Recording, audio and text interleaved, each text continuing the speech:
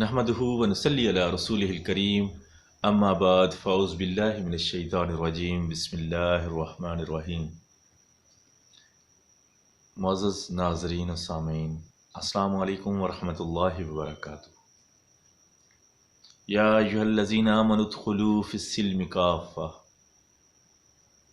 اے ایمان والو دین اسلام میں پورے کے پورے داخل ہو جاؤ۔ دوستو، کیا کبھی آپ نے سوچا ہے کہ رب تعالیٰ کا یہ ارشاد کیا معنی رکھتا ہے، کیا مطلب رکھتا ہے؟ دین اسلام میں پورے کے پورے داخل ہونے کا کیا مطلب ہے؟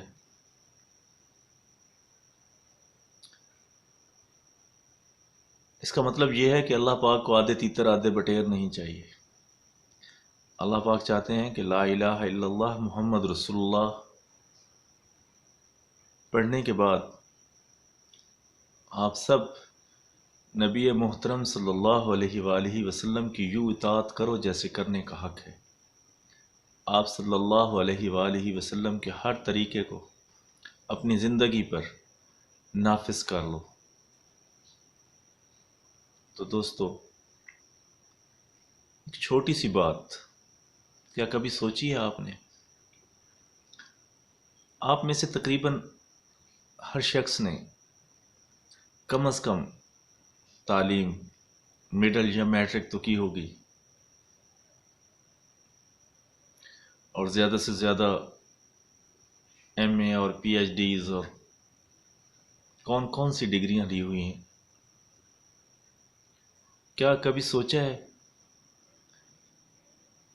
کہ یہ کلمہ ادا کرنے کے بعد ہم پر اللہ کے کیا حقوق ہیں، اور ہم نے دین میں کیسے پورے کے پورے داخل ہونا ہے؟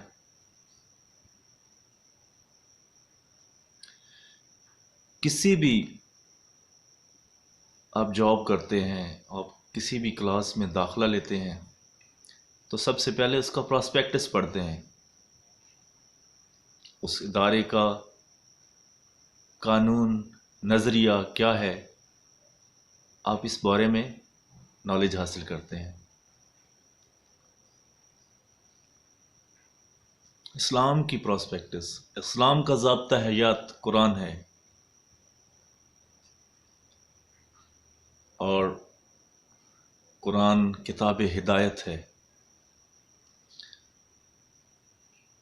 کیا کبھی ہم نے سوچا ہے کہ دو گتوں کے درمیان اس کتاب کے ساتھ ہم لوگوں نے کیا ناانصافی کی ہے؟ کہ روز قیامت رب تعالیٰ قرآن پاک میں فرماتے ہیں کہ روز قیامت نبی محترم صلی اللہ علیہ وآلہ وسلم اللہ سے شکایت کریں گے کہ یا اللہ، میری قوم نے، میری امت نے قرآن کو پس پش ڈال دیا، اور سب نبی محترم صلی اللہ علیہ وآلہ وسلم کے ہم محبت کے دعوے دار اس روز کیا جواب دیں گے؟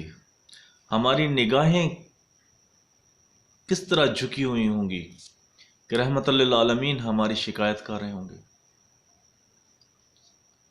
ہمیں سکھلا دیا گیا ہے کہ قرآن کی طرف پیٹھ نہیں کرنی، کیونکہ نبی صلی اللہ علیہ وسلم ہماری شکایت فرمائیں۔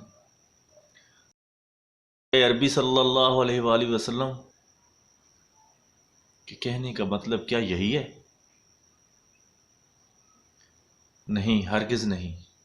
آپ صلی اللہ علیہ وآلہ وسلم کا فرمان ہے عربی سیکھو، یہ میری زبان ہے،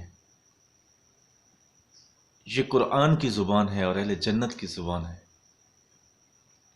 ہم سب دعوے دار ہیں نبی صلی اللہ علیہ وآلہ وسلم سے سچی محبت کے، اور ہمارا ایمان مکمل ہی نہیں ہوتا جب تک ہم ان کو اپنی جان، اپنے مال، اپنے ماں باپ اور اپنی اولاد سے بڑھ کر محبت نہ کریں۔ اور پھر دوسری چیز قرآن ہے۔ ہم قرآن کو ختموں میں پڑھاتے ہیں، ہم کل پڑھاتے ہیں، تیجا، ساتواں پڑھاتے ہیں، اور پھر ہم سب جنت کے دعوے دار بھی ہیں۔ میں نے ان تینوں چیزوں کا تذکرہ فرمایا کہ آپ صلی اللہ علیہ وآلہ وسلم فرماتے ہیں قرآن میری زبان ہے، معذرت، عربی میری زبان ہے، عربی قرآن کی زبان ہے، اور عربی اہل جنت کی زبان ہے۔ ہم نبی صلی اللہ علیہ وسلم کی محبت کے دعوے دار بھی ٹھہرے، قرآن کو ماننے والے بھی ٹھہرے، اور جنت کے دعوے دار بھی ٹھہرے، لیکن ہم نے عربی نہیں سیکھی۔ ہمیں آج تک یہ سوچ ہی نہیں آئی، یا ہم سوچنا ہی نہیں چاہتے کہ ہم نے اللہ رب العزت کے پاس لوٹ کر بھی جانا ہے۔ دوستو، ہم نے سب نے کم از کم، میں پہلے یہی کہہ رہا تھا کہ کم از کم میٹرک یا مڈل تو کر رکھی ہوگی۔ میٹرک تک 10 سال میں ہم نے ہر سال کم از کم 5 کتابیں پڑھی ہیں۔ یہ ٹوٹل 50 کتابیں ہوتی ہیں، اور یہ ہم نے سمجھ کر پڑھی ہیں۔ اور مزے کی بات یہ کہ ہم کو بھی مسئلہ رہا ہے کہ ابو جی ہمیں میتھ نہیں آتی، ابا جان ہمیں انگلش میں پرابلم ہے، ہمیں بایو کے ساتھ پرابلم ہے، ہم نہیں سمجھ رہے، ہمیں کیمسٹری نہیں آتی، مطالعہ پاکستان نہیں آتا۔ اور والد محترم بھی اپنے قریبی رشتہ داروں، پڑھے لکھے دوستوں اور اپنے اساتذہ سے پوچھتے ہیں کہ میرے بیٹے کو میتھ نہیں آتی، کیمسٹری نہیں آتی، بایو نہیں آتی، کوئی اچھی سی ٹیوشن بتائیں، کوئی اچھا سا ٹیچر بتائیں۔ کیا یہ درد قرآن کے لیے بھی ہے؟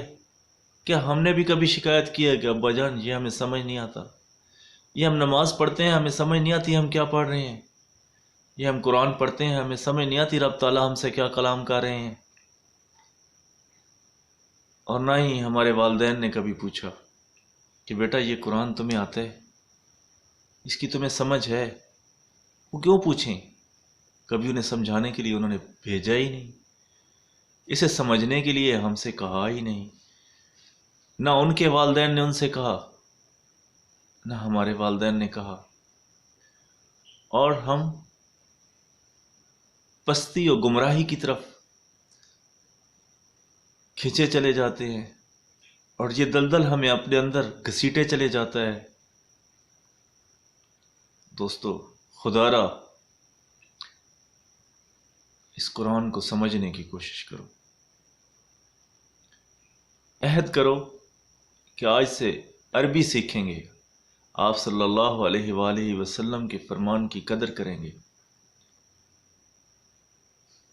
اللہ کے قرآن کو سمجھنے کی کوشش کریں گے، اور جب سمجھ نہیں آئے گا تو اس کی ٹیوشن لیں گے، چاہے کہیں سے بھی سیکھنا پڑے اسے سیکھیں گے، اپنی زندگی کا مقصد عین بنا لیں۔ اللہ کی کتاب ہے، اللہ کا کلام ہے، اللہ رب العزت نے ہمیں اس میں ضابطہ حیات سکھایا ہے، زندگی کا طور طریق سکھایا ہے۔ لوگ انگریز اور دوسری قومیں قرآن کو سمجھ کر پڑھنے کی کوشش کر رہے ہیں، اور اس کے ذریعے وہ خود کو بدل رہے ہیں، لیکن ایک امت مسلمہ ہے جس کے پاس یہ تحفہ ربانی موجود ہونے کے باوجود وہ پستی کے گڑھے میں، پستی کی دلدل میں دھنستی چلی جاتی ہے۔ خدا را سوچئے، اس وقت کے آنے سے پہلے سوچئے کہ جب سوچنے کا وقت نہ رہے۔ خدا را قرآن پاک سے محبت کیجیے، اللہ کی کلام سے محبت کیجیے، اسے سمجھیے، اسے اپنی زندگی کا مقصد حیات بنائیے، اسی سے سیکھیے اور اسی پر عمل کیجیے تاکہ ہماری زندگیاں بدل سکیں، ہم قرآن و سنت کے مطابق چل سکیں۔ اللہ پاک ہمیں سمجھنے اور عمل کرنے کی توفیق عطا فرمائے، آمین یا رب العالمین۔